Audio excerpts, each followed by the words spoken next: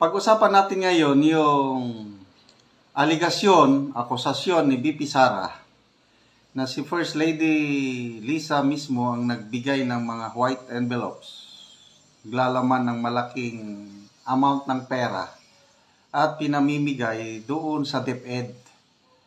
So, anong pakialam ng isang First Lady na hindi naman membro ng gobyerno na magbigay ng pera?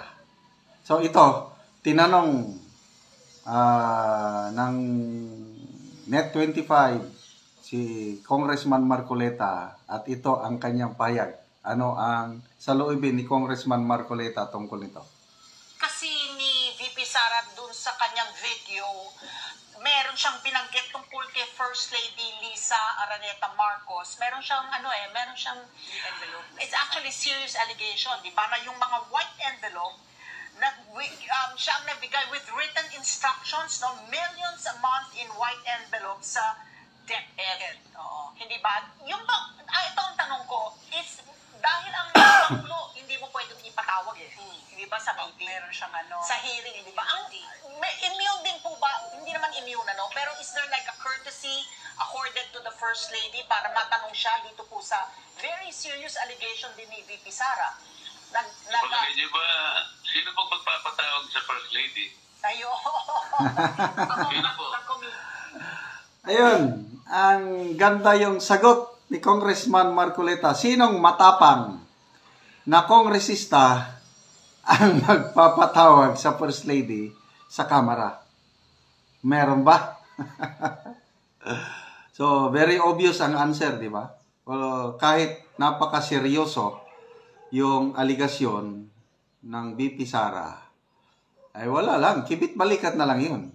Pasok dito, lalabas doon, wala nang mangyari. Diba? Ganon ang nangyayari ngayon. Kailan kung gustuhin nila, yun lang ang papatawag. Kung sino yung kayang-kaya nilang patawag, ang vice presidente lang ang pinapatawag. Sino po? Kayo po. Si Congressman Marcoleta. Alam niya naman ang sagot Di ba very serious kasi yung allegation ni VP Sara against the First Lady? Hindi ba? Dahil ang pinag-uusapan yung naka-envelope na pera If you take that seriously, di ba dapat ipatawag din? Yes. Yung First Lady. Para maliwanagan, di ba?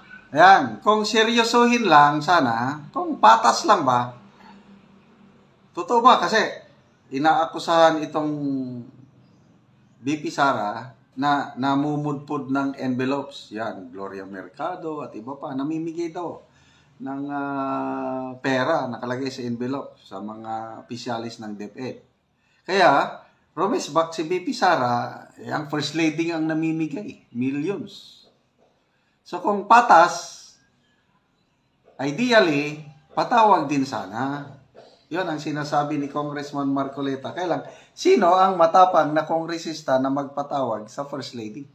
Maliwanagan talaga yung issue, di ba? Because the Vice President is saying it was the First Lady who actually called her. May video siya, hindi ba? Itatawagin ba siya? Ipatatawag ba siya?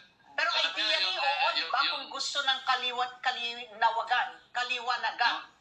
Yung katibinag ng May video nga, kasi yung instruction ni First Lady kay VP Sara kung anong gagawin, naka-video. Hawak. Baka ito na yung sinasabi ni VP Sara na video na ipapakita niya. Naka-video So, ang ganda sana kung mapatawag din. Ka lang. Huwag na tayong umasa. Dahil walang mangahas na magpapatawag sa First Lady sa Kamara. May nabanggit si Congressman Marcoleta. Yung mga revelation din ni Cathy Binag. May nagpatawag ba? Wala rin, Pakinggan natin, Marami niyang expose sa social media. Pinatabot po ba siya? Okay, go. Yan po yung nangyayari sa atin ngayon. Kaya sinasabi ko sa inyo kanina, hindi ko alam yung bigat na dinaramdam ng pangalawang Pangulo. Pero sa naunang parte itong interview, tinanong si Congressman Marcoleta kung grounds for impeachment ba yung mga death threat at iba pa. Nako, Talagang awang-awa na si Congressman Marcoleta sa ating VP. Pakinggan natin yung portion ng interview na yon.